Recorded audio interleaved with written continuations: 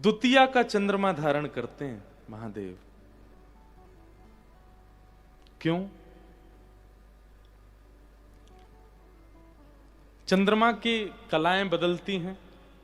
द्वितीया का चंद्रमा सबसे छोटा चंद्रमा होता है।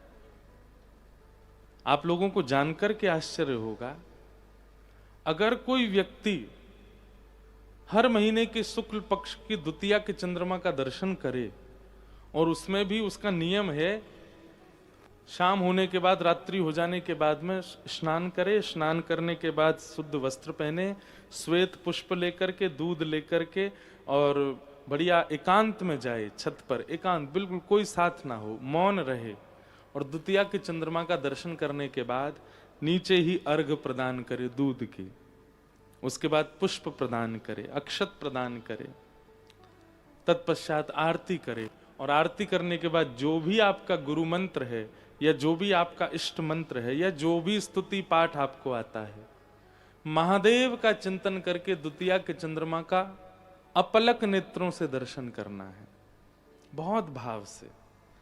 अगर कोई व्यक्ति हर द्वितीया के चंद्रमा की इस प्रकार आराधना करके नित्य दर्शन करता है, तो एक दिन करते करते करते द्वितीया के चंद्रमा में ही, वो द्वितीया का चंद्रमा इतना दिख रहा है, बाकी का काला आकाश, एक दिन करते करते करते ऐसा होगा कि द्वितीया का चंद्रमा शीश पर विराजमान, और वहीं से ही मुखमंडल और महादेव का सर्वांगण विग्रह का दर्शन होगा।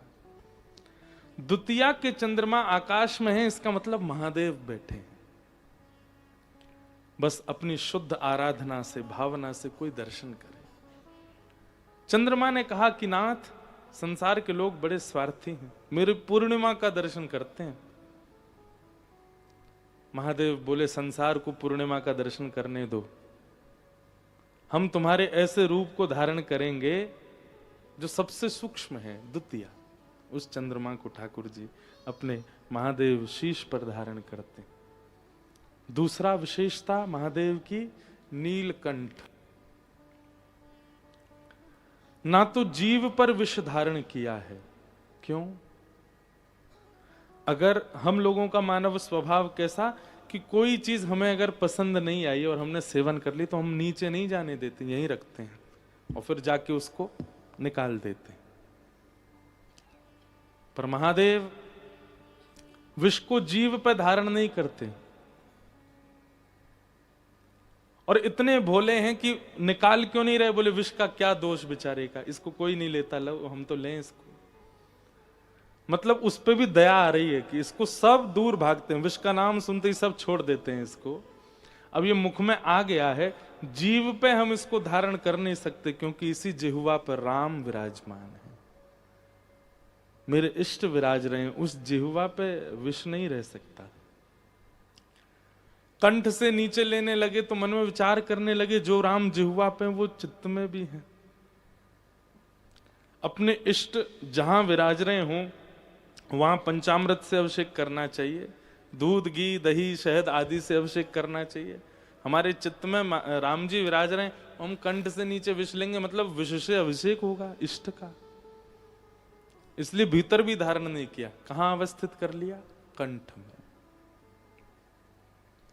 ना निगल रहे हैं, ना निगल रहे हैं और ना उगल रहे हैं, मध्यस्थ में यहां धारण करके रखा है।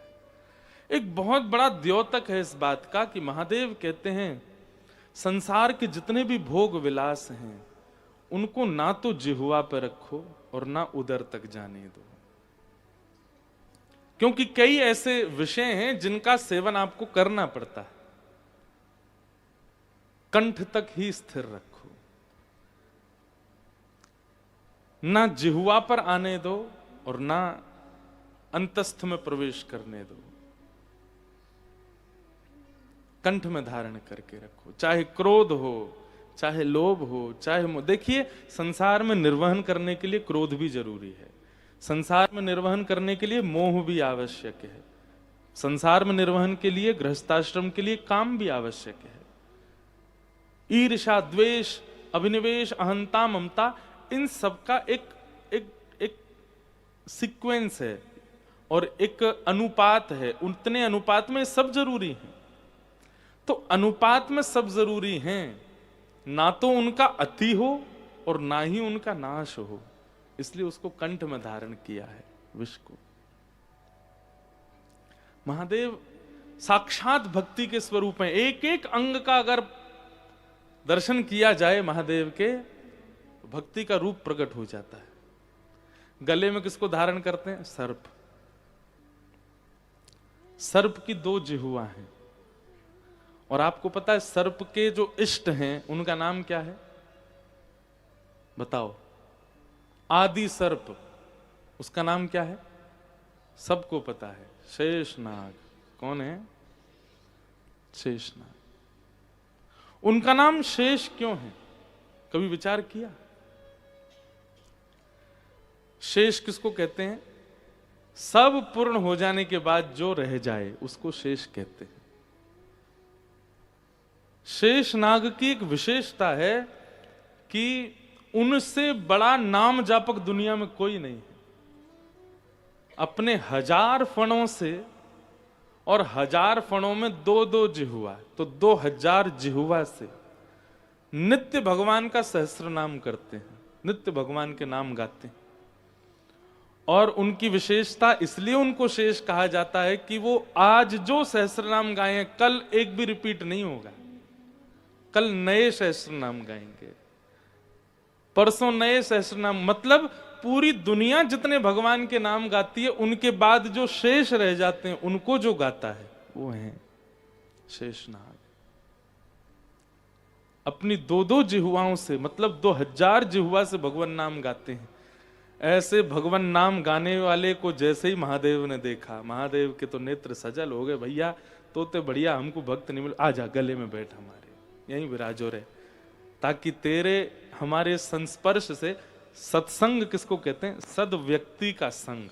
तो महादेव नाग का संग क्यों करते हैं? बोले इसके संग से हमारा नाम जब भी बनेगा, इसलिए गले में सर्प धारण करते हैं। महादेव अद्भुत है।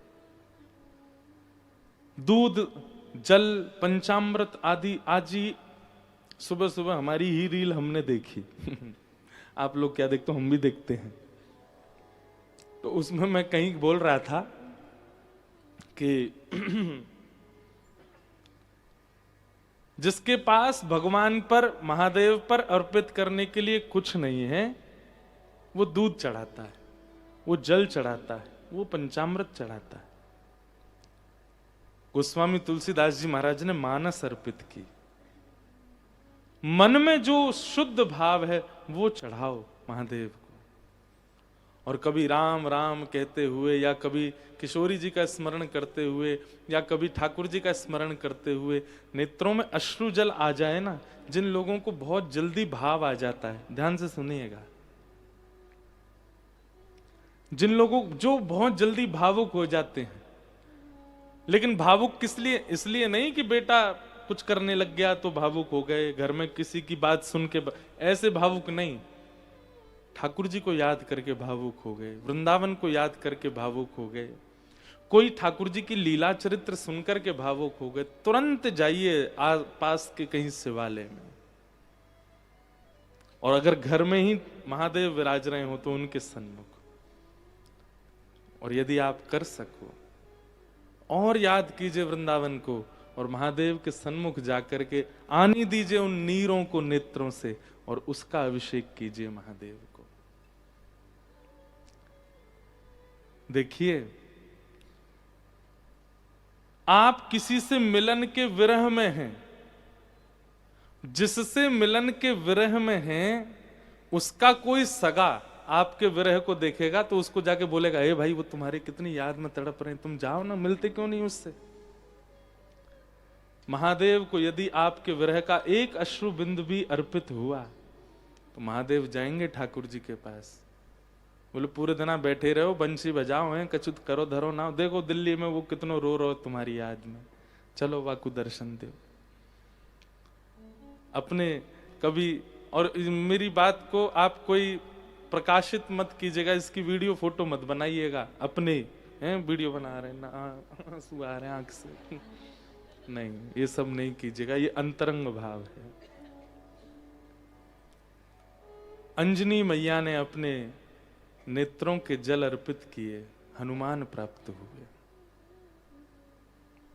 पार्वती जी ने जब वही अश्रु जल अर्पित किए, महादेव प्राप्त हुए। नरसिंह मेहता ने वो अश्रु जल प्रदान किए, उनको द्वारिकाधीश प्राप्त हुए। मीराबाई ने वो अश्रु जल प्रदान किए, तब श्याम सुंदर प्राप्त हुए। अरे कहां तक कहें, हमारी ब्रज की गोपियों ने जब अपने प्रेमाश्रु प्रदान किए तो महाराज प्राप्त हुआ।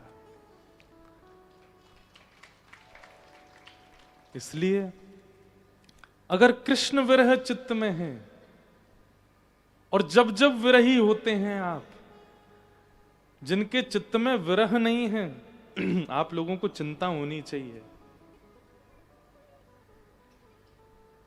स्रोत यदि जल का प्रकट नहीं होता पृथ्वी से, इसका मतलब वो पृथ्वी बंजर हो जाती है, वहां कुछ भी उपजाऊ नहीं होता।